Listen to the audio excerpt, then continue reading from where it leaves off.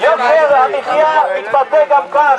לקחת את הילדים לסגון, לא צריך לעלות לנו 160 שקלים, רבותיי. בשנה הבאה גם תיגמר על כניסה. הטבע שייך לציבור, בפייסבוק.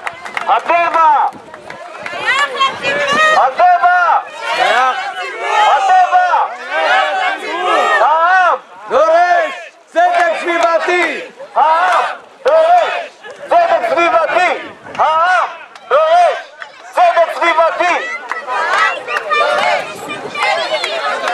מנהלת פארק המעיינות גוזלת מהציבור את הטבע ששייך לו. גזלנים! גזלנים זאת המילה, גנבים זו המילה יותר נכונה.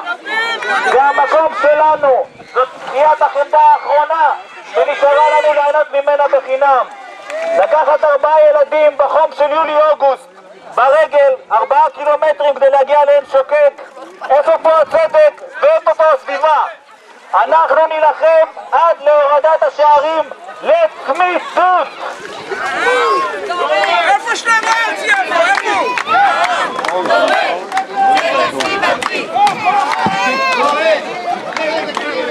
עזוב, תקשו. עזוב ותקשו.